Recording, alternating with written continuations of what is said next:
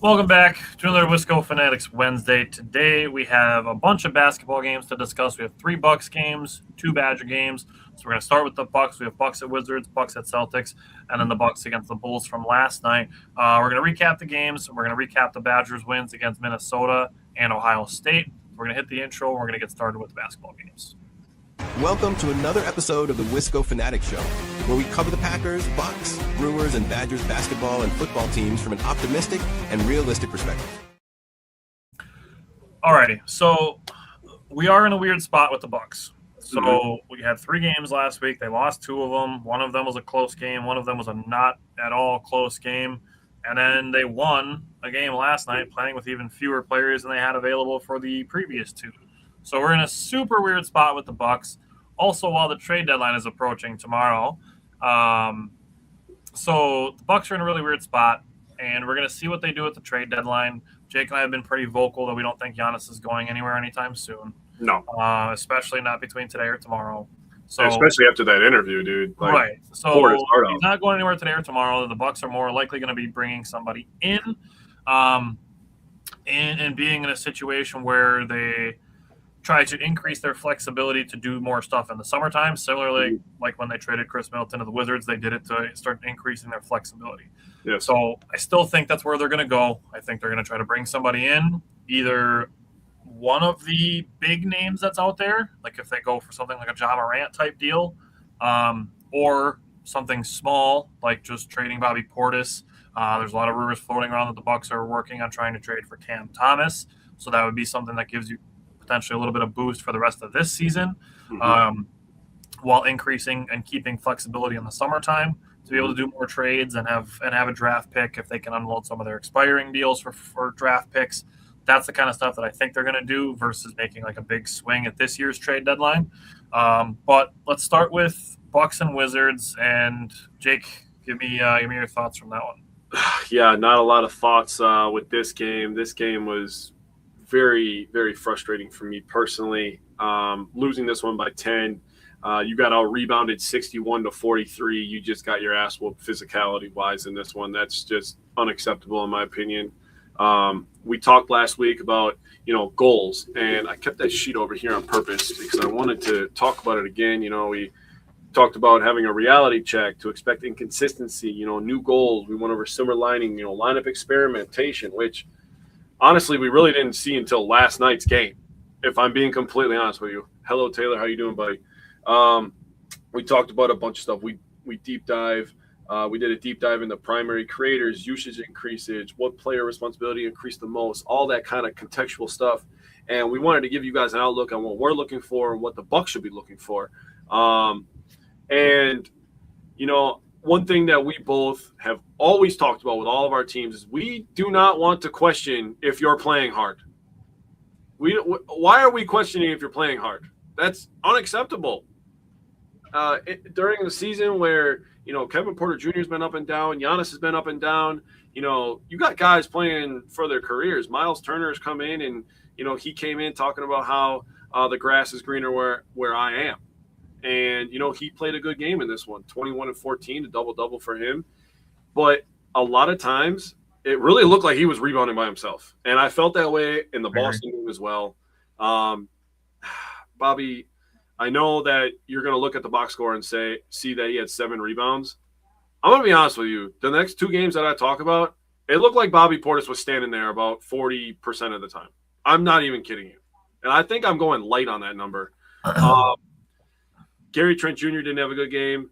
A person that did have a good game in this one is Pete Nance. I have a lot of good things to say about Pete Nance this week. I love the role that he's etching out. I love that he's being vocal, and I love that he never stops moving. I love that so much. That makes me so happy. Yep. But losing the rebounding, 61-43, you give up 18 offensive rebounds, unacceptable.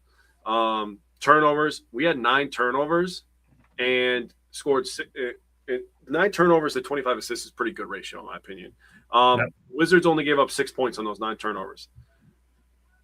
Washington had 13 turnovers. The Bucks gave up 14 points. So you lose the points off turnovers battle as well. You win the points in the paint, which is actually pretty good. You won that by 2, 52-50.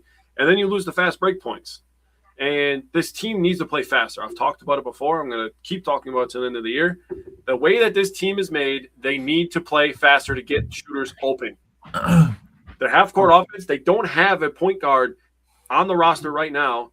I mean, outside of Kevin Porter Jr. at times, Ryan Rollins every once in a while, that can set guys up consistently.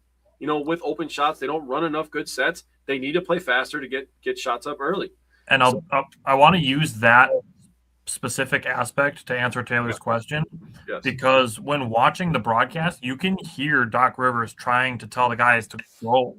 You can audibly hear him saying, go, go, go, get the ball up. You can hear him saying that. So to ask Taylor's question, is Doc still the right choice or a good choice right now? Right now, there's nothing you're going to do by firing Doc Rivers that's going to benefit you. Mm-hmm. We obviously already saw that with Adrian Griffin. When you fire a coach mid-season, it leaves you with far fewer options. Unless you're going to roll with an interim head coach, which fine, but how much do you really think is going to change if you put Darvin Ham at the head coaching position? Exactly. So you're better off just riding it out this year. And I'm going to use this to just go into this. You're better off just riding it out this year and doing a full search in the summertime. And that ties in exactly to what Jake and I are talking about with how we view the Giannis stuff, that you get to the summer, you lay out a plan and say, here's what we can do. This is what we want to do.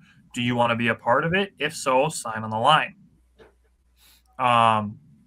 Going into next year is going to be a completely different thing, though, Taylor. We have to see how Giannis's health is going to play out the rest of this year. We have to see how between today and tomorrow the trade deadline play out this year.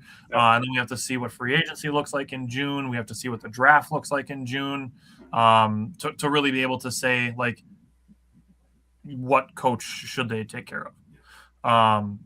So as far as if they're not listening to him fully, I don't necessarily think that they're not listening. I do think there is an aspect of execution. Yeah. And to Jake's point, talking about Ryan Rollins specifically, he does push the ball once in a while. But once in a while when he's pushing the ball, he's doing it to go do something that I've harped on a lot, which is to try to shoot a contested layup over a taller defender. Mm-hmm. Like, my guy, you are not going to score on a 6'11" guy in the restricted circle while you're both moving.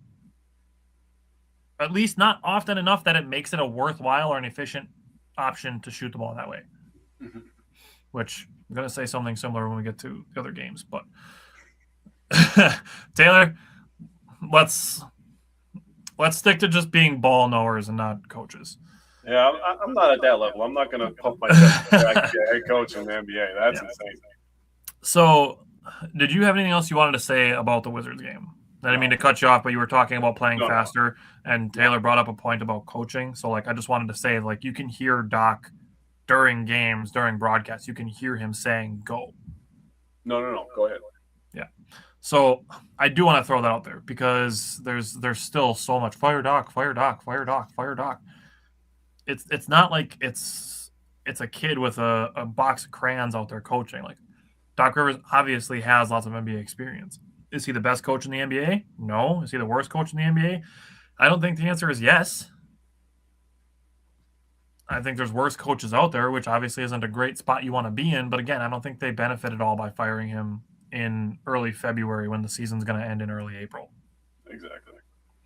So looking at the Bucks and Wizards game, this game was kind of what I mean when I say to soft tank. Because the Bucks are definitely going to win some games playing the way that they played this game, especially offensively, if they shoot better from the three-point line. Hello, Bulls game. So I like that I wrote that in my notes, and 2 games later it came true. Right after it became really, really not true in the Celtics game. But that's neither here nor there. AJ Green was 0 for 5. Cole Anthony was 1 for 6. Gary Trent Jr. was 1 for 5. So, just looking at those 3 alone, you're talking about 14 missed threes between 3 guys.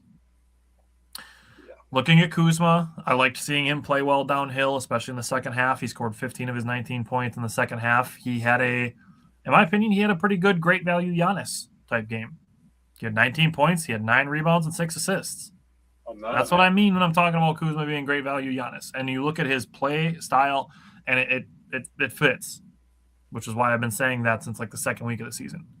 Taylor, I don't think media needs to be demolished. I think just a 4-letter network needs to be demolished. Just needs to be unplugged. Yep. The 4-letter network just needs to be unplugged. Hi, baby. So looking at Miles Turner, like you said, he was working really hard in the paint on both ends. He was 2 for 6 from 3, which is okay, but he was 6 for 10 on 2s and grabbed 14 rebounds. 3 of them came offensively, and he contributed 4 second chance points with that. That 14 rebound performance is his most in a game since November 7th, 2021. That is the most rebounds in a game that Miles Turner has had in over 4 years. It's impressive. That is very impressive. He had 15 on November 7th, 2021. And then he added 6 blocks in this game to go with his 21 points. Sorry. Taylor said social media too. I mean, there are good ball knowers out there. It's just hard to find them, to be honest with you, Taylor. I'd like to put us in that conversation, and I think we do a pretty good job of staying level-headed when it comes to stuff.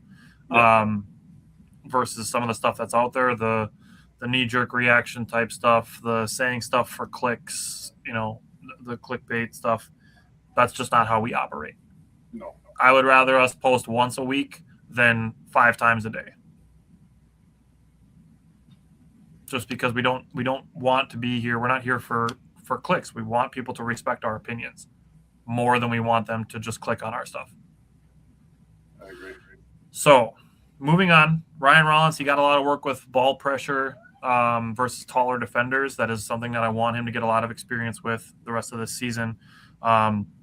He had a good 3-point night, shooting 3 for 5 on threes, and he played aggressive until getting his leg rolled up on, which it was good to see that wasn't a lingering issue. He did a better job of distributing, not forcing. He had 17 points. I think he had 6 assists and then 4 steals. He had 8. 8 assists. 8. Yeah, my handwriting was really shitty on that. So all good. I got you back, man. I got the assist.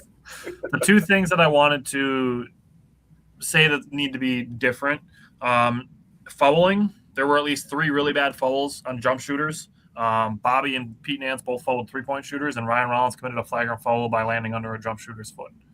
Those are things that, regardless of the talent level on your team, that's stuff you just got to fix. And then this isn't necessarily on the players. This is more on officiating in the league as a whole, something that we haven't seen that's not new to us by any means, but a free throw disparity. It's ridiculous. First half, the Wizards took 17 free throws. The Bucks had 3. Second half, the Bucks were more aggressive, but the game ended with the Wizards taking 25 or 28 free throws, making 25, and the Bucks being 7 for 9 on free throws. Yeah. For as downhill as Kyle Kuzma and Ryan Rollins are playing, just those 2 alone, this team should not be taking 9 fucking free throws. They should have at least 5 apiece between. I would say Kuzma should be taking 5 or 6, and Rollins should be probably taking 4 or 5. Yeah. And that's just those 2, and those 2 aren't even your bigs. That's what I'm saying. You can't tell me Miles Turner never gets fouled on a shot. And you can't tell me that as much as Bobby Portis plays in the mid-range aspects of the game, can't tell me Bobby never gets fouled when he's going up for shots or rebounds or putbacks. All right. It's ridiculous that a Bucks-Wizards game has a -16 free throw differential with, like I said, Ryan Rollins and Kyle Kuzma playing downhill as much as they are. It's ridiculous. There's not a single NBA game that should have 9 free throws taken by a team unless they're shooting 75 threes. Yeah, they only not the case for the Bucks. 38. Yeah. 38 is a light number on attempts for threes in today's NBA. Yes. I would say 40 is probably pretty average, but yeah. Probably. So it's ridiculous that a game where guys are playing downhill, the Bucks are shooting 9 free throws. Right. Okay. Going into Bucks Celtics, this game I did not have a lot to say. The Bucks jumped out to a 12-0 lead, which was great. Celtics went on a 13-6 run. Bucks got outscored 30-16 in the second quarter, and that was pretty much where all the air was out.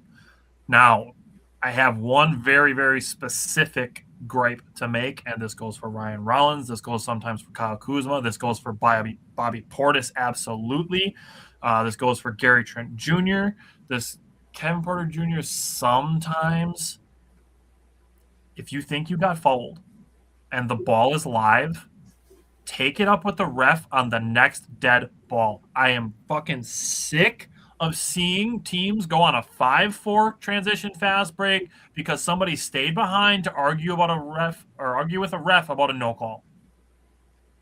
All you're doing when that happens is hurting your teammates. They're not going to give you that call if you stay behind and argue while the other team's going on a fast break. Yeah. That does nothing for you. All it does is hurt your team. Stop complaining to the refs while the ball is live. Wait till the next dead ball, then go say, hey, did you see him hit me on the arm? Did you see him grab me? Did you see him push me while I was in the air? If you turn around and look at a ref while the ball is live and the ball's going down the other way and you turn around and go, that's a foul, you're giving the other team a 5-on-4 head start for 3 seconds. Doesn't take that long in the NBA to score in transition. Yeah. All that does is hurt your teammates. It does nothing else for you. Guys, gotta stop complaining about no foul calls while the ball is live. Going into the game itself, Ryan Rollins, he's got to make better passes. He had 12 points in the first quarter, which is great, but he also had 3 turnovers. Putting yourself on pace for 48 points is great, but also putting yourself on pace to end up with a double-double of points and turnovers is not a great situation to be in. It's true. He didn't have any turnovers in the final 3 quarters, so that's fantastic. He finished 10 of 16 from the field. He made 3 of 4 of his threes, missed 2 free throws, but that is what it is. He had 25 points, 6 rebounds, and 7 assists. That's great. Great.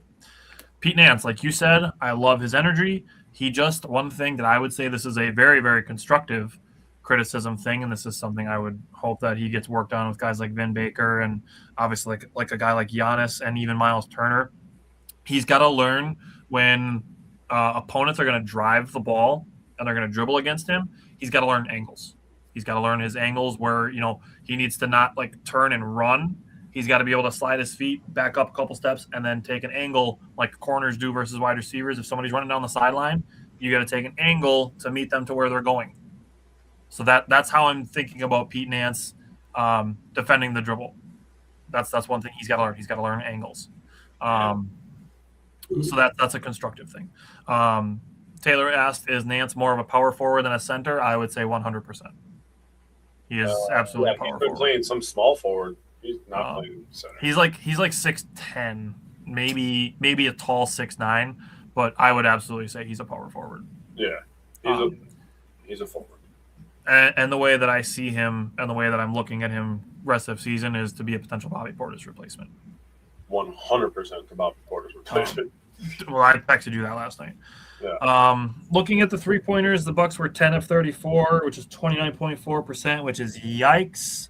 They were 29 of 82 on field goals, which is 35.4%, which is yikes. I was saying last week that I'd love for the Bucks to get close to 30 assists a game. They didn't even have 30 made field goals in this game, which is scary. They allowed 17 offensive rebounds, only 16 second chance points, which is okay. I'd like them to be under 15, so I'm not going to throw a fit about 16. And then just forcing shots. There were so many guys like trying to drive to the basket, which is great. That's what you need to do when you're not making your threes. You need to drive to the basket. You need to try to get closer, try to get yourself layups, try to get to the free throw line, see the ball go in. There were so many guys who were driving, and as they were driving, going up off of 1 foot and just forcing contested runners. Kyle Kuzma can do that because that's in his bag. The runners, the running floater things, the little hook shots. Kyle Kuzma works on that stuff. That stuff's in his bag. I'm going to let him do that. But Rollins, I'd rather have. He actually was really good in this game at finishing his layups. He did a better job in the Bulls game, too. He did a really good job of finishing on some angles. But as long as he's not doing it against dudes that are 6 inches taller than him. Gary Trent Jr., Cole Anthony, Bobby Portis. Like, you guys don't need to be forcing contested runners. It's just not good shot attempts. That's the kind of shot attempts that over the last 5 years when we had Brook Lopez on the team that we've been wanting teams to shoot because it's the least set, like, rhythm type shot that you can take. Mm-hmm. I'll let you shoot 100 contested runners if it means you're not getting open threes, you're not getting layups, and you're not getting, like, comfortable rhythm dribble mid-range shots. I'll give you all the runners you want. So taking those while contested, to me, is a bad shot. So that's something that I would say is a thing to work on to not force those kind of shots. So what did you take away from Bucks Celtics? Yeah, not a lot. First quarter ended 26-26, and then the Bucks decided to score 53 points the rest of the game.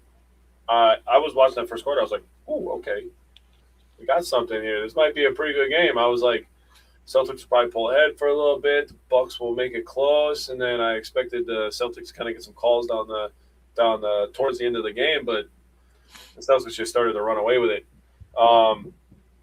I was going to say, before I put it in on you, that I thought Ryan Rollins was a little bit better finishing in the paint. I thought Kuzma got fouled on some of his shots that were technically recorded as misses, but yep, I agree. It is what it is. This was the game where I really started to think like, okay, Bobby, I have seen you stand there at least 8 times in this quarter, and it wasn't just Bobby that wasn't rebounding.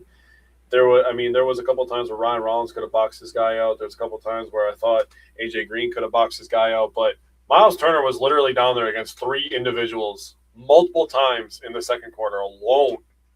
I'm like, Jesus Christ, he's getting his shit beat out. The thing about that exact situation is you see Miles Turner ending a game with 6 rebounds, and you're like, he's 7 feet tall. Why is he not getting more rebounds?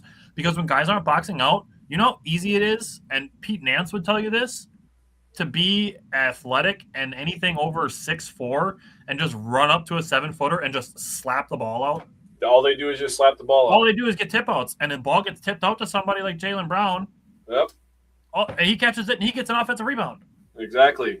So that was a big thing that I took away is they gave up 18 offensive rebounds versus the Wizards, 17 offensive rebounds versus the Celtics.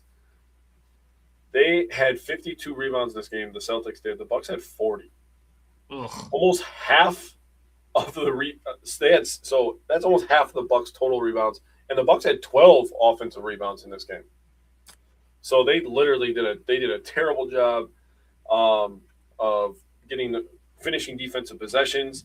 Only 17 assists, 11 turnovers. We gave up 15 points off turnovers. The Celtics only had 10 turnovers. They only gave up 8 points off turnovers. We had 1 fast break point in this game. No, terrible. We only scored 28 points in the paint. They scored 42 points in the paint. So I looked at the last 2 games.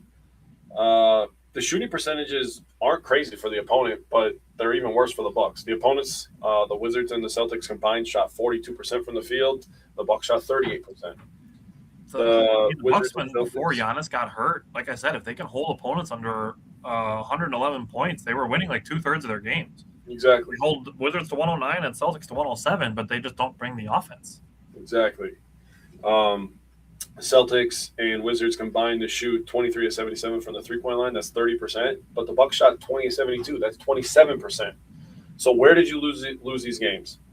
Offensive rebounding. The Bucks in total, 19 offensive rebounds, and 12 of those came against the Celtics.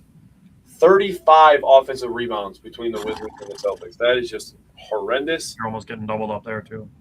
14 points off turnovers for the Bucks over the last 2 games. 29 points off turnovers. Again, another almost double up. Getting doubled up. You're looking at these contextual things like, oh, okay, shooting percentages are down, fast break points, offensive rebounds, giving yourself extra possessions. We've talked about it multiple times. The Celtics made 12 more shots at 10 more shot attempts. So, I mean, there's an efficiency aspect to it as well. It's just those small things. And then you think about the offensive rebounding and, then you look at the points in the paint, you're like, that definitely could be a correlation. So those are the things that they've had to clean up since the beginning of the year when we started talking about it. There's still a problem today. And that's part of the reason why both of us are on board with getting rid of Bobby, because one of his jobs is to help rebound. And he's not doing that at a high enough clip. And I understand not having Giannis, but they were still having these problems when they had Giannis. So something has to give. One fast break point, dude. I literally laughed when I saw that. I was like, dude, one fast break point. So somebody got fouled on a fast break and made 1 of 2 from the free throw line. Absolutely ridiculous. That's all I had. I texted you during the Celtics game, and I said, I'm like, Bobby literally only wants to shoot the ball.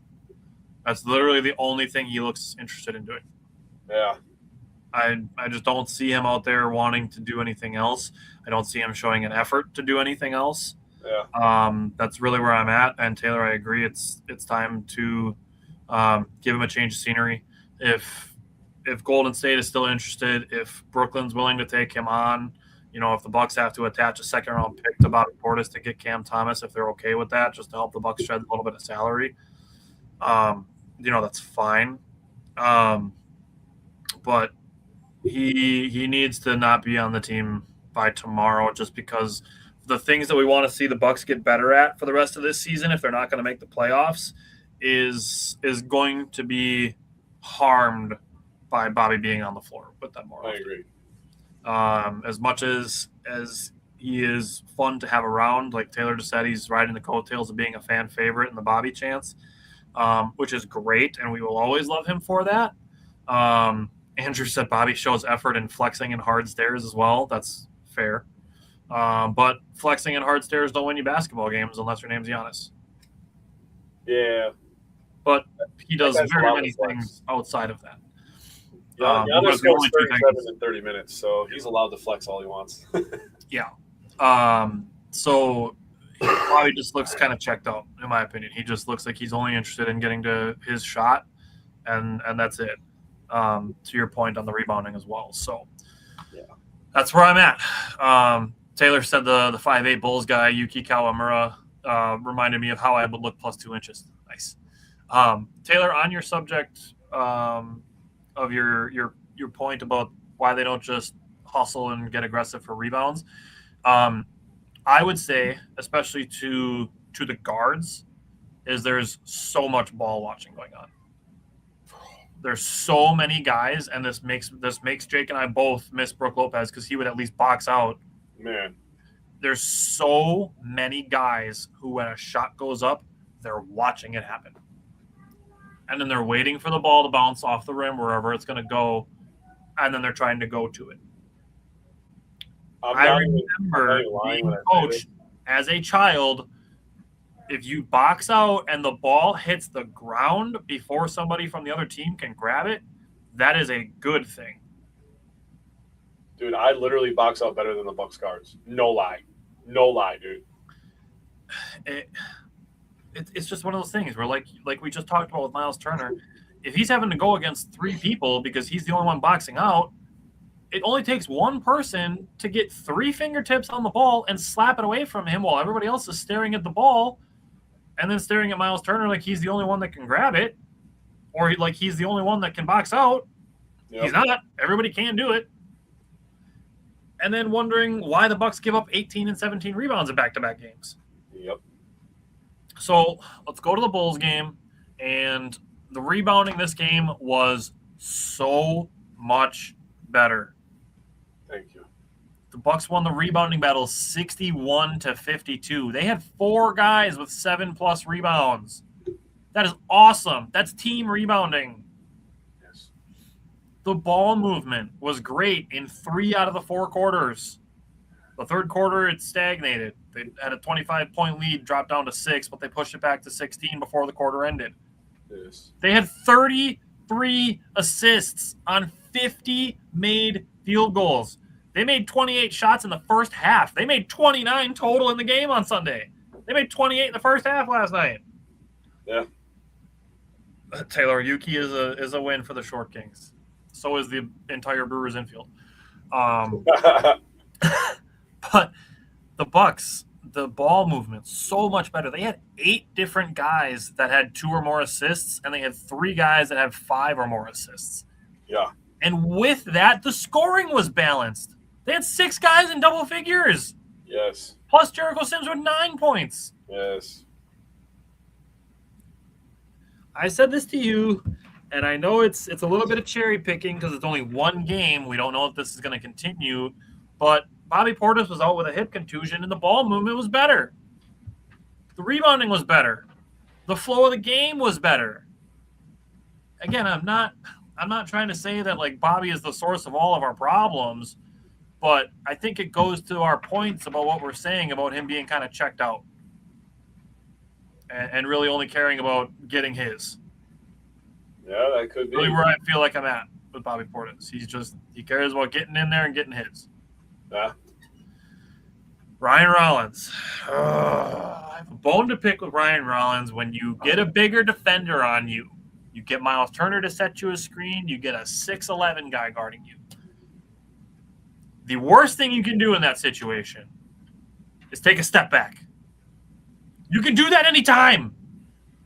Do it with a smaller guy on you. He won't be able to contest it as easy. That's literally the worst thing you can do when you have a bigger guy guarding you, unless he's standing 8 feet away from you so you don't drive past him. When a guy is standing square in front of you, a foot away, and you're going to try to shoot a step back, he is in the best position to contest your shot and make it harder than anybody else can for you. Stop shooting step backs against guys that are 6'11". Go by them. Go by them, and when somebody steps up, drop the ball off to your teammate for a dunk. Stop shooting step backs over taller guys. Now, he was making great passing decisions in this game. He did have a really, really nice pick and roll pass to Jericho Sims, who got to throw down a big dunk. Who would have thought? He had another drive where he kicked it out to AJ Green in the corner, who was wide open, and he swishes a three, nothing but net. Shocker. Like, dude, if the net wasn't there, that would have went. Runners against 6'11 dudes and take step backs against 6'11 dudes. Yeah. When you get switches on you for guys who are not equipped to defend you, you can use that to drive and open up opportunities for your teammates. That's how mismatches work. So he did take a couple more step backs, but he did them against smaller defenders, guys that are his size, guys that are maybe only a couple inches taller than him. That's a much better decision to be making. He scored 21 points on 21 shots, which 5 of 8 on threes, which is great. But that means that he shot 3 of 13 on twos. So he's got to be more efficient. And that's why I don't particularly want to trade for Cam Thomas, because he's a very similar type situation. Like, I'm open to it, but it's not in the top 5 of moves that I would make. Now, Rollins did add 7 rebounds, 10 assists, which is great. He had 4 turnovers, which is okay. I mean, if you're looking at 10 assists to 4 turnovers, it's not a huge deal. That's 5 assists to 2 turnovers. I'm fine with that. That's fine. But if you get into a game where you have 7 assists and 4 turnovers, then we're getting a little not great. Once you get under that, like, 2-to-1 assist to turnover, basically. If you're Chris Paul, then it's 3-to-1. He's going to be a free agent too. Kyle Kuzma last night. That guy did it all. He did everything.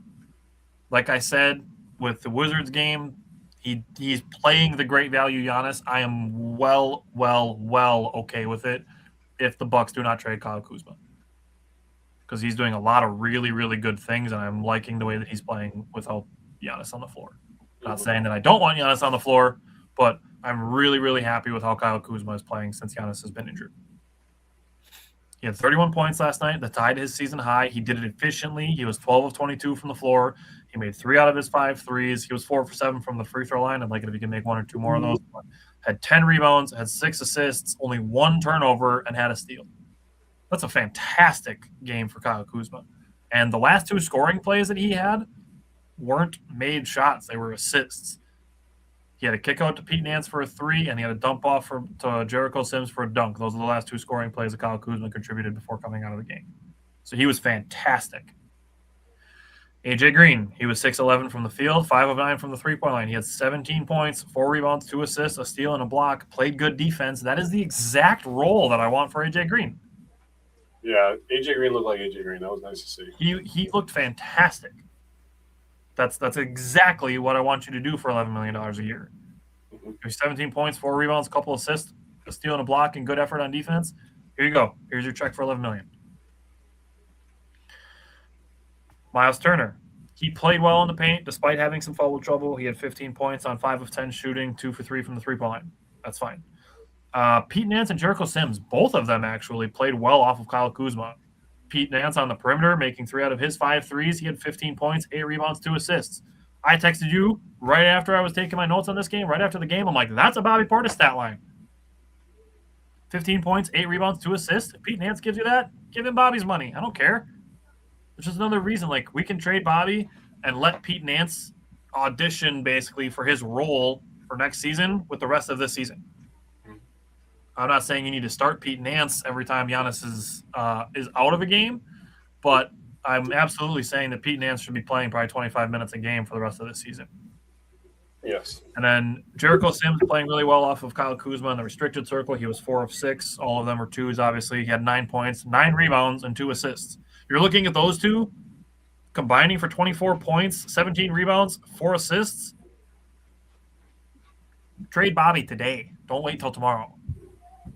Yeah, right. And then turnovers was the last thing I took away. They had 14, which is okay. Like, if they're in that 13 to 15 gray area, fine. I'd still like to see them playing faster if that's how many turnovers they're going to end up with. But 21 points off turnovers is too much for the Bulls. So there's still some work to be done there. So what did you take away from last night's game? Yeah, Kuzma, in my opinion, was awesome. He played with really good strength and good pace. He did a nice job forcing the issue when the issue had to be forced. And he did a nice job rebounding. He had with the 10 rebounds. I love seeing that. And that goes back to playing with good strength and then having the ability to be a better playmaker than people give him credit for is something that we've talked about, and I love that as well. Rollins looked like a point guard last night, and something that I've taken away over the last month and a half of Bucks basketball is they really, really need a point guard. They need a point guard of the future, a guy that they could build around, a guy who's going to just be a guy that can set up plays because Giannis is going to get to that point where, if he signs that extension this summer, whatever happens with him, but they need a guy that's going to be able to set up plays. And that's what they had in Drew Holiday a little bit. They had it in Chris Middleton. So they had the playmaking covered on top of Giannis. That's what made Giannis great is he could also be a playmaker on top of the other guys who could be playmakers. So with Rollins, his passes were not only on time, he was passing on time. I go back, that was just such a sick pick and roll that he ran with Sims, the left-hand bounce and then to the slam. I was like, oh, yeah, that was nice. But they were also accurate. You go back to the past, like you talked about AJ Green, right in the shooter's pocket. And that first 3 that he made, man, if there wasn't a net there, that wouldn't have touched a freaking thing. It wouldn't have touched anything but the hardwood floor. That was straight through the rim. I was like, oh, yeah, AJ's got the shot down today. He might have one of those games. And, he had a pretty good game. 5 of 9 is kind of what I expect from AJ Green. Every one of them looks like they're going in, man. Yeah. He also, outside of you bring up a good point about the step back jumpers, but, being able to be a playmaker, play defense, deal with all the full court pressure, and then still find a way to try to get your shot off, I think is a lot to ask for a young guy. But, he got his shot off. He got 21 points. And, he rebounds well for his position. 7 rebounds for a point guard is no joke. That's really good. Mm-hmm. But then going to Pete Nance, I got to call this guy the Energizer Bunny, man. I'm with it. He's either setting a screen, he's moving the ball, he's going to the rim, trying to box people out on the offensive end, running back on defense, getting in the way of them, trying to tip a pass, He's everywhere at all times, and I love it. He does not stop moving. I wrote down moves himself or the ball at all times. That is what this team needs. That is infectious. Energy is infectious, and this team needed an influx of energy. Yep. So that was my main point with Pete Nance. Outside of the efficiency numbers, he was very efficient. He went over at 6 of 8 from the field. Is awesome. I love that. Yep. And then I wrote down about Jericho Sims. 9 points, 9 rebounds, 2 assists, a block, 4 of 6 from the field. He played 21 minutes, and he went plus 29 in those 21 minutes. Led the team. He also had a block. He played true to his size and his position. So I loved everything that I saw from Sims. I want Sims and Nance to get a boatload of minutes, and I actually liked Amir Coffey starting on the floor. That was a nice little touch that Doc put out there. Also, Ajax getting some early minutes. Why can't we just throw him out there? I mean, at the point that we're at in this season, you might as well find out what you have in him. He looked like Ajax of old. 2 points, 2 rebounds, 3 assists. He had a nice steal and a dunk He had another one where he drove and he found Miles Turner in the corner, and Miles Turner cashed the three-pointer. It's like those are the small things that lead to big leads. Getting tip passes, getting runouts, crashing to the rim, being a rim runner, and then finding your teammates open in the corner. Those are the things that add up. Also, shout out to Cole Anthony. He had a pretty good game too for his limited role. 4 points, 3 rebounds, 5 assists. Having 5 assists for a guy limited is pretty good. The ball movement was elite, and hearing that Pete Nance was the guy in the huddle saying we need to keep moving the ball, that just makes me like him even more. So that's what I got from this Bulls game. Hope they, what we got next is we play the Pelicans tonight. So hopefully they can get 2 W's in a row. That'd be pretty nice. Yeah. So Pelicans tonight, Pacers on Friday, and then Monday they are at Orlando. So we'll have 3 games between now and next Wednesday. If something insane happens between now and the trade deadline, we'll get to that. Yep. We'll maybe do something special either tomorrow or Friday if something crazy happens. Yep. But if things happen as we kind of expect them to, we'll just be back next Wednesday with those 3 games. So anything else you want to say on the Bucks? Before we move on to the Badgers real quick and we invite Mike in, the Bucks are only 5 games behind the Magic for the 8th spot. So I'm just saying the season's not over, but they have an opportunity. I mean, Pelicans and Pacers, they suck. If they can win those 2 games and you win back-to-back versus the Magic, who knows? Crazier things have happened in the world of sports. Yeah. And Giannis was doing some on-court work yesterday. He wasn't doing a lot of jumping, but he was doing some shots and some side-to-side stuff. So it does sound like regardless of what happens, Giannis is going to be back on the floor this year. I just want them to be 100% sure that he is at 100% before they put him back on the floor, because I don't want to see his calf strain turn into an Achilles tear. Yeah. So he needs to be 100% before you put him back out there. Yes, 100%. Okay. All righty. We're going to switch to the Badgers then, and we'll bring in Mike. So here we go.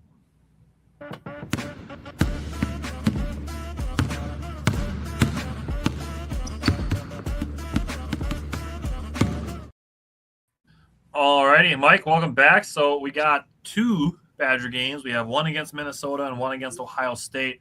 So we'll start with Badgers and Minnesota. 2 really kind of weird games, especially when it comes to the first half of both of these games. But let's start with Badgers and Minnesota. Mike, what'd you take away from the guards? Yeah, obviously not a great way how we want to start off a basketball game, but as you said, a win's a win at the end of the day. But to start with Nick Boyd, he was off to a very, very slow start, kind of as this whole team was. But he did finish with 21 points in 33 minutes. He was 4 of 9 from 3. Did get 1 rebound, 5 assists. Unfortunately, he did have 5 of the team's 13 turnovers. It was not the Nick Boyd that we're accustomed to seeing. I want to give props to Minnesota. I think this is the second game, obviously, when we play them, that they have slowed us down, specifically Nick Boyd. They definitely put him out of rhythm multiple times, I would say. Definitely not his best night, but I would say he struggled kind of, again, like last game. He struggled to get downhill against this team, but again, that's props to Minnesota and what they were trying to do to us. They took away Nick Boyd's bread and butter, I guess you could say, so to speak. But eventually there was some holes that opened up in that zone in the second half, and they basically were daring Nick Boyd to shoot the 3 ball at times. And thankfully he was able. It did take him a while to get going, but he was able to cash on, like I said, 4 of those. But he didn't score until literally the last second of the first half, which was obviously a big problem with this team only getting 17 points. But it was good to see him, rally the second half. The team started 1 of 7 from the field. That's not always great. And when Nick Boyd and John Blackwell combined start 2 of 15 going into that first half, that's a bad sign. But we were able to recover, thankfully. Like I said, Nick Boyd's threes definitely got the spark going for us. We were able to take advantage of some of the looks that we got. It also did help that they were playing 6 guys, I would say, for the most part, too. But, a win's a win at the end of the day. With Jack Janicki, he did get 23 minutes in this game. Again, with the expectation that I personally had for him this year, I expect him to score the ball a little bit. He really did not once again. 23 minutes, 1 rebound, 1 assist, 1 block. I really do think, and I'm going to probably touch base about this in the next game too. I think with Jack Janicki at the end of the day, I think basically they're keeping him in this lineup because I think you can arguably say he might be the best on-ball defender. And I know defensively as a group, we're not the greatest right now at that, but I do think that's a big reason why they continue to put him out there. I would say the top two literally are Jack Janicki and Braden Carrington for best on-ball defenders. I would argue like that. John Blackwell. I can see Blackwell. Yeah, I would like to say that it's in spurts, like there's times where he kind of he is there and then he's not there. So he's got to play conservative sometimes because he gets in foul trouble. So if he can control his goals, then I would say he's one of the best, if not the best on-ball defender. But it depends fully on how grabby he's being and how many fouls he's getting. Yeah, but at the end of the day, I think that's why they basically put Janicki out there, I would say. But it is what it is. And but no, we can't have another game like this. I mean, we had more turnovers literally in the first half than total field goals. We had 8 turnovers in the first half, and we had 5 total field goals in that first half, which was ridiculous. But as a team in the second half, I love the fact we come out, we start playing defense against Minnesota. They only got 2 field goal attempts off in the first 5:42 of the second half. So that's definitely setting the tone right there. I want to say they had 2 or 3 straight turnovers too. Also, they forced 3 turnovers in the first 2 minutes and 4 seconds of the second half, including a shot clock violation. Perfect. Yeah, but no, that was good to see. Obviously, the 20-point comeback, great. Love overcoming adversity, but we can't have this happen, especially again if a team's at full strength. I mean, if Minnesota had Cade Tyson this game, I think we might have lost that. But this is the 7th time this season that we've trailed by 14 points or more in a game. We can't keep getting away with that by any means. But, at the end of the day, this is also 11 straight wins against Minnesota. And, it's always good beating your little brother to the west of you. Yes, sir. Yeah, it was a historically bad first half. It was the lowest point total the Badgers had since the 2011 March Madness tournament against Pitt when they scored 16 in the first half. Yep. So back in the Bo Ryan days when they were trying to score. Won both. So they were 5 for 28 from the field in the first half, which is 17.9%, which is ridiculous. They finished 19 of 48, meaning they made 70% of their shots in the second half. They did still shoot 13 to 31 on threes overall, which is 41.9%, which if you shoot over 40% from three in college basketball, you're going to win a game. Looking at it, the Badgers, like I said, they forced those 3 turnovers in the second half to start the second half. They won the second half 50 to 28. Great. And just as a team, they committed 12 turnovers that turned into 18 points for Minnesota. So Minnesota was very efficient in scoring off of the Badgers' turnovers. Looking at John Blackwell, you mentioned him and Boyd off to a slow start. In the first half, he was trying to get to the free throw line, I think. He was driving a lot. He just could not buy a foul in the first half. In the second half, he hit a 3 that cut the lead to 5. He hit another 3 that cut the lead to 2. He scored the Badgers' final 7 points, including 4 clutch free throws and a super tough three-pointer. So he finished with 23 points. He made 11 of his 14 free throws. He had 7 rebounds, 1 assist, 1 steal, and 2 turnovers. So overall, pretty solid game from John Blackwell. Andrew Rohde made one of those 5 field goals in the first half. It was a three-pointer. The Badgers' third field goal that they had made in the game, 10 and a half minutes into the game. That was his only field goal of the game. He wasn't passing, in my opinion, as crisply. He did only end up playing 19 minutes, which was his lowest total of the season. And then Braden Carrington played 26 and Jack Janicki played 23.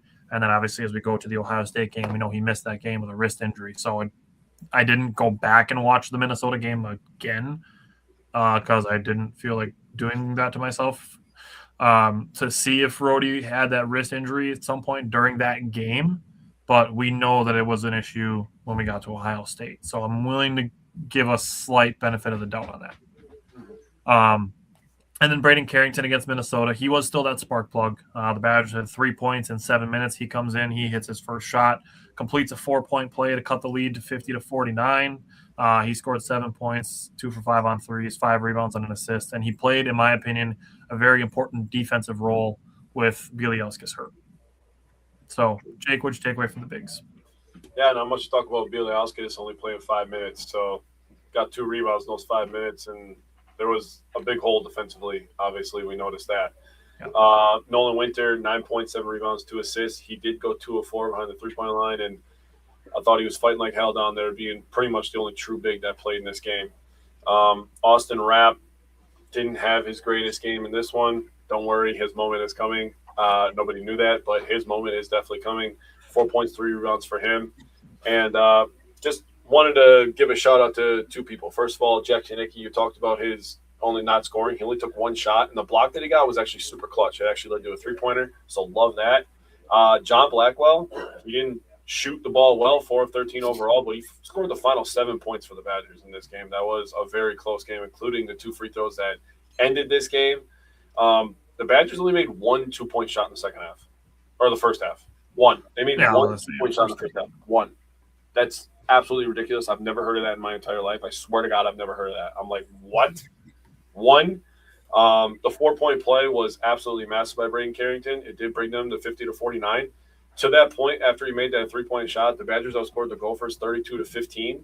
And, it looked like the Badgers stole all momentum. Thank God this game was at home, because if this was how the road game started, and I know that we kind of escaped that one as well with some missed free throws at the end, but if this was the one on the road, I don't even care if Tyson was playing. I think they would have lost the way they were shooting.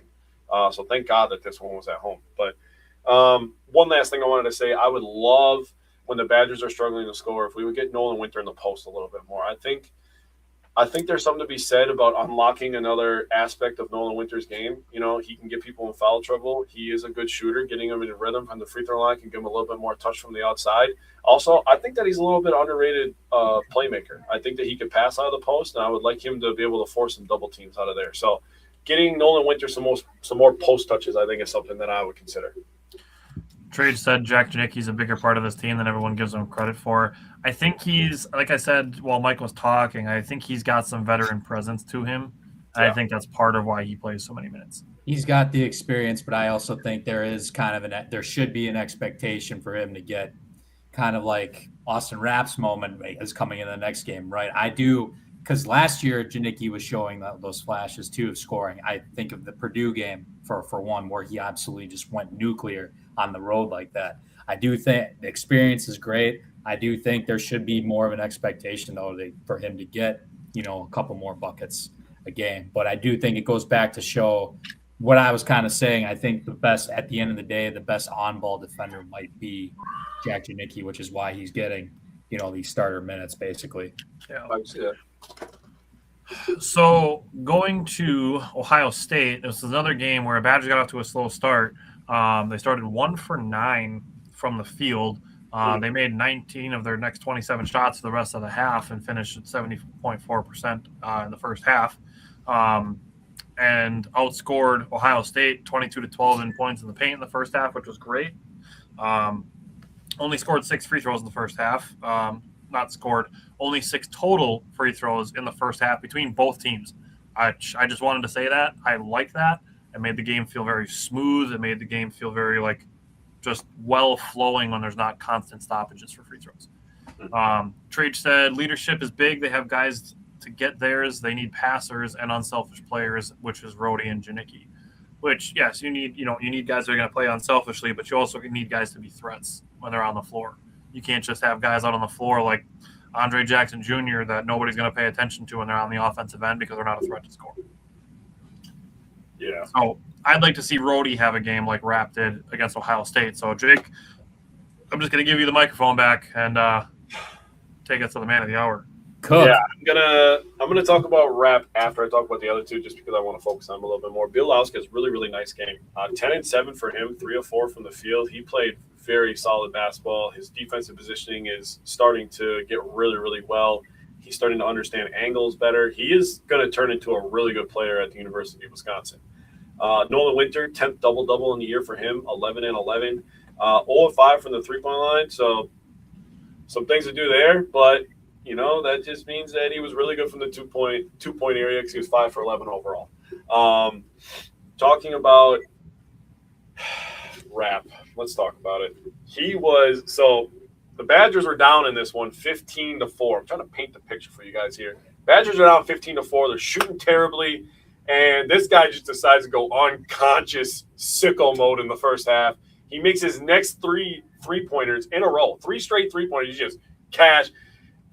And I want to say, if you need a sign to know if a guy's on fire, probably when he grabs the ball at the free throw line, dribbles backwards, and then turns around and fires and goes in. Yep. That's a pretty good sign that he's on fire. When he did that, I was like, "Oh my god, dude!" When he grabbed it and he ran backwards, I was like, "What is he doing?" And then he shot. I said, "What are you doing?" And then it went in. I said, "Hey, what is he doing? What the hell? Let's go!" Didn't have that on my bingo card. Okay, so I saw him grab it and pull it out. I'm like, okay, he's gonna pull out for a reset. Then he turns, faces up, and pulls, and I'm like, whoa! And he hits it.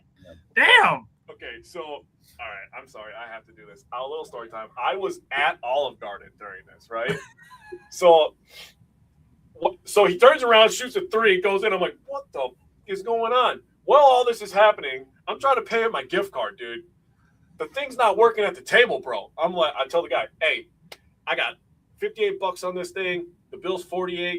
Just keep the rest for your tip. Thank you. You were awesome today. Guy goes in the back. Yeah, no problem. Comes back. You have $58 on your gift card. I'm like, news to me, I guess. So I take the thing, try to put it in the little kiosk thing. Not working again. I'm like, all right, call the manager over. I'm watching the game, waiting for the manager. I tell her the same thing. Hey, I have $58 on this card. There's $48 on my bill. Give the rest to the server for his tip. She goes to the back. I shit you not, 2 minutes later, she comes back. You have $58 left on your gift card. I'm like, well, who would have thought? I didn't know that. So then my girlfriend and my daughter, because that's who I went out to eat with. My sons were at the Y doing their own thing, right? I stand up. They were in the bathroom. I'm like, let's get out of here. I tried to pay 3,000 times. I guess we're eating for free today, boys. Yeah. That's so, awesome. Well, Austin Rapp is going freaking nuclear in the first half. I got to eat Olive Garden for free, so that was a great time for me. He did end the first half 5 for 7 from the three-point line, 7 for 10 overall, 19 points in 20 minutes. He was absolutely fantastic. Rapp has scored, and this is a shout out to Mike. He gave this to me before the show. Rapp has scored double digits in 8 games this year. The team averages 92.9 points when he scores in double digits. The lowest points they've scored when he scores in double digits is 85. So by that definition, he quite literally is a difference maker. Oh, by the way, they scored 92 points and he scored in double digits. So the stat checks out, boys. And if Austin Rapp is going like this, if Janicki or Rhodey find their jump shot, this team's going to be a tough out, and they're going to be a very trendy pick next month. Yeah, and that's where we go when we get to the wings. Is Andrew Rhodey was out with that wrist injury, like I kind of hinted on a little bit. John Blackwell, he hit a pair of early threes, and after the second one, he jumped and stole an inbound pass and got a layup out of it, got a really quick 5-point possession out of it. He scored 10 of the Badgers' first 18 points before Austin Rapp decided to go nuclear and take that over. He finished with 22 points on a very efficient 8 of 13 shooting day. He was 7 for 9 on twos, 5 for 5 at the free throw line, had 4 rebounds, 4 assists, 3 steals, and 3 turnovers. And as long as he's at or under 3 turnovers, I do feel like that's a place where he can operate. Put this up. Andrew said Badgers basketball and Olive Garden breadsticks is a winning combo. Dude, it was hey, and the Zupa soup, don't play with me, bro. That is the greatest soup on the planet. What is it? What kind of soup? The Zupa. Zupa. Has the potatoes in it, bro. It's got a little kick to it. Oh, the spicy stuff? Yes. That's what I get when I go there, too. Yes, the Zupa is dynamite, dude. And then Braden Carrington, this was another game where he wasn't scoring a ton. He had 7 points again and 4 assists, which was a good job to pick up for Andrew Rhodey. Had 1 rebound, had a very important block, but he made some really nice passes in the paint, but without scoring a ton, he again played a really, really important role defensively, in my opinion.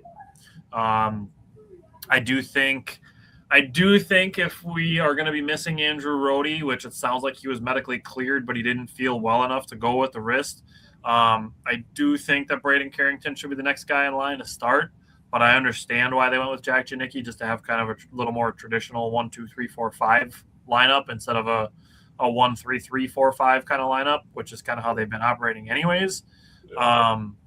But it is what it is. I'm not going to throw a huge fit over when the Badgers are scoring 92 points. I'm not going to shake any sticks at 92 points. But the second half defense, Braden Carrington being a part of it, was very good.